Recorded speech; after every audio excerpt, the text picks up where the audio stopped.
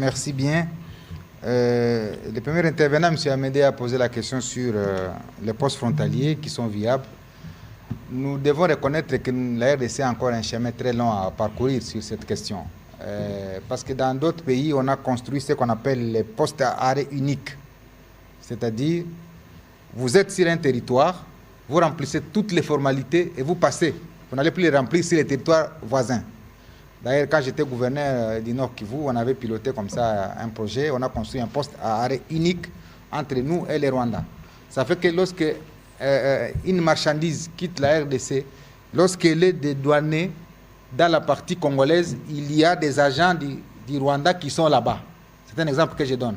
Ça fait que lorsque ça passe vers l'autre partie, ça ne subit plus un contrôle parce que ça a été contrôlé par les deux parties. Et on l'a fait, je crois, du côté du Sud Kivu aussi.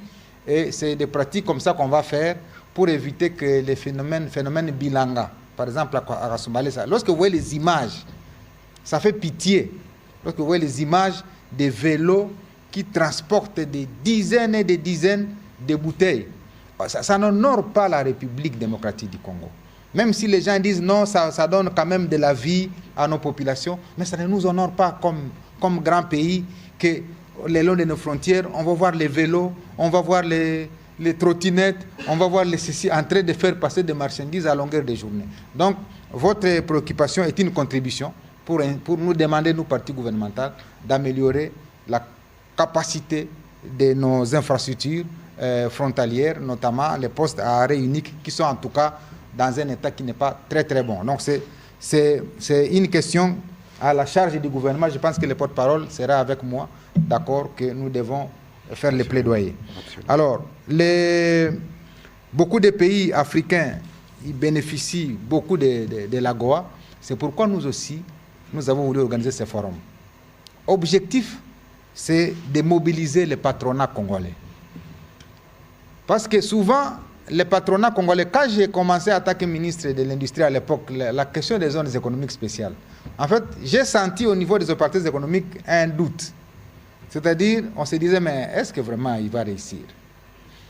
Alors maintenant, aujourd'hui, qu'il y a déjà des productions dans la zone, j'ai ça maintenant une agitation pour dire, mais ces produits-là vont commencer à concurrencer la production locale. Mais on vous a demandé d'aller là-bas pour bénéficier d'un régime spécial.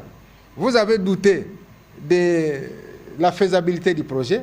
Maintenant que d'autres ont pris ça, eh bien, voilà qu'ils commencent à produire.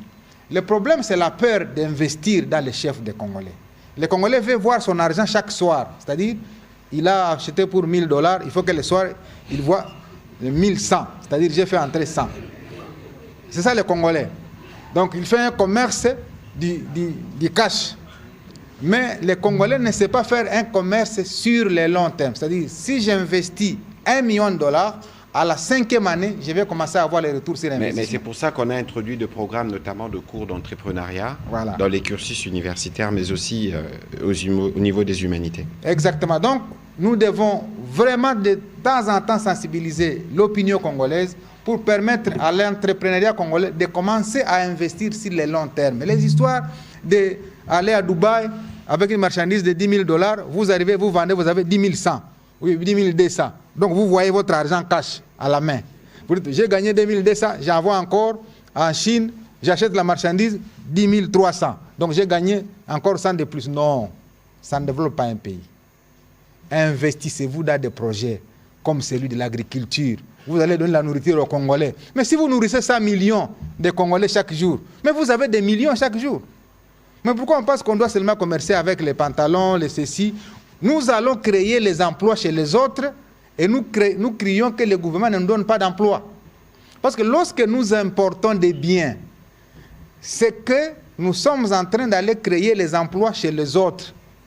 On est en train d'aller créer la richesse chez les autres et on crie derrière le gouvernement que le gouvernement ne fait rien. Il n'y a aucun gouvernement qui devient commerçant.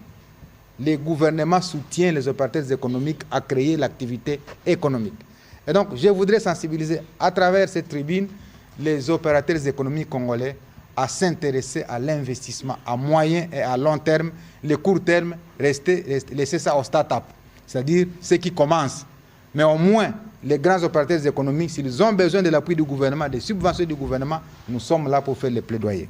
Alors, Mais comment nous allons bénéficier de l'AGOA? Il sera bientôt mis en place le comité national AGOA. Je pense qu'on va même mettre la presse comme partie prenante dans le comité national AGOA pour qu'ensemble, nous puissions préparer cet événement. C'est un grand événement qui va créer la visibilité de la République démocratique du Congo, qui va créer la lisibilité de la RDC. Beaucoup de gens se disent, mais vous allez dépenser encore 1 million, 2 millions pour organiser un forum, vous ne faites que des forums. En fait, tous les États du monde, pour qu'ils bénéficient de l'attention internationale, ils ont commencé par construire leur image. C'est comme ça que vous voyez des États dépenser pour mettre un écrit sur une varèse d'une équipe européenne, ce n'est pas moins de 20 millions de dollars. Ce n'est pas par la beauté de cette équipe, non, c'est pour que chacun voit ça. Et ça demande de l'argent. Alors quand on organise un forum comme ça, la Chambre du commerce des États-Unis que j'ai reçue à Washington va se déployer ici à Kinshasa pour rencontrer les homologues opérateurs économiques et échanger sur les opportunités d'affaires qu'on peut avoir avec les États-Unis. Mais c'est cette tribune-là qui devient la vitrine par excellence pour permettre aux opérateurs économiques américains d'être branchés sur les opérateurs économiques congolais et de commencer les affaires. Donc, je crois que c'est des choses que nous devons régulièrement échanger avec l'opinion pour que quand on va encore apprendre que les forums ont coûté 1 million, 2 millions, c'est dans les réseaux sociaux où les gens sont en train de spéculer. Finalement, je me pose la question, les Congolais veulent quel type de dirigeants? Parce que même quand on est en train de mettre en place des structures de planification, on dit non, non, nous voulons, on n'a pas encore rien vu. Mais c'est pour ça que nous faisons le travail nous parlons justement du nouveau narratif et bientôt nous parlons de ce qu'on va appeler la nation building. C'est pour ça qu'on a lancé la campagne Tout pour la patrie, parce que nous devons nous réapproprier d'abord nous-mêmes, Congolais, les enjeux, la compréhension de l'histoire et des défis de notre pays, qui ne sont pas les défis du seul gouvernement, qui sont des défis collectifs, mais ensuite voir quelle est l'image que nous donnons à l'extérieur. Monsieur le ministre, est-ce que vous pouvez conclure avec les questions que vous avez? Merci Madame Rachel, vous avez posé la question de la qualité.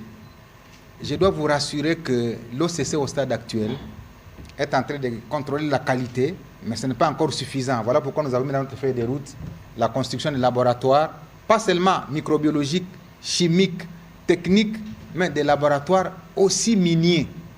Est-ce que savez-vous que lorsque nous exportons le cuivre, lorsque nous exportons le cobalt, il ne va pas seul.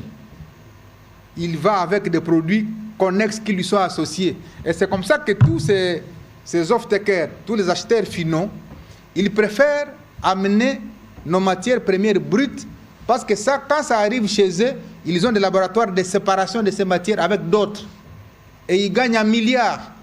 Nous, on peut voir qu'on a exporté seulement le cuivre ou le cobalt ou je ne sais pas, la cassitérite ou le coltan, alors qu'il y a 16 minéraux associés au minerai principal que nous, on ne sait pas voir à l'œil nu. Voilà pourquoi, dans notre programme, nous devons construire des laboratoires ultramodernes pour nous permettre de faire la séparation de nos minéraux exportés avec les particules qui leur sont associées et gagner suffisamment. Donc, c'est des projets comme ça que nous avons au niveau du ministère du Commerce. Et donc, la qualité est sauvegardée. Les produits de l'AGOA, j'ai déjà répondu. Les infrastructures, j'ai déjà répondu. Pepsi. Bon, je ne vais pas être le marketeur de Pepsi. Il faut lui laisser venir payer la RTNC pour qu'il commence à parler de lui-même. Mais ce que je sais, c'est qu'il y a une campagne de SAP qui est faite lorsqu'il y a un nouveau produit qui arrive sur le marché. C'est tout à fait normal, c'est la concurrence. Et on ne peut pas investir autant de millions pour produire des choses qui vont faire mal à la population. Ces produits ont été certifiés. Pepsi est coté en bourse. Ce n'est pas une entreprise qui se recherche lorsqu'il arrive ici en RS. Il est coté en bourse. Ça veut dire qu'il ne peut pas livrer à l'opinion des produits toxiques. Sinon, on va lui retirer la cotation et ça va lui être très, très, très grave. Donc, c'est des pratiques qui sont normales dans le commerce ou quand on voit un nouveau produit. Parce qu'en fait, ceux qui ont fait le marketing savent que la propension de la population tend à aller vers les nouveaux produits pour savoir qu'est-ce qu'il en est. Alors, quand la propension penche vers les nouveaux produits, ça va créer quand même une sorte de déficit dans les anciens produits. Dans les premiers moments, les gens vont avoir tendance à aller voir mais comment ça goûte. C'est une technique de marketing. La propension à rechercher les nouveaux produits, la propension à découvrir. Mais les gens qui sont en train de dire que c'est différent. Mais Pepsi, la dernière production ici de Mirinda, date de 1997. Mais il y a beaucoup qui prennent Pepsi qui n'étaient pas là en 1997. Comment ils sentent que c'est nouveau?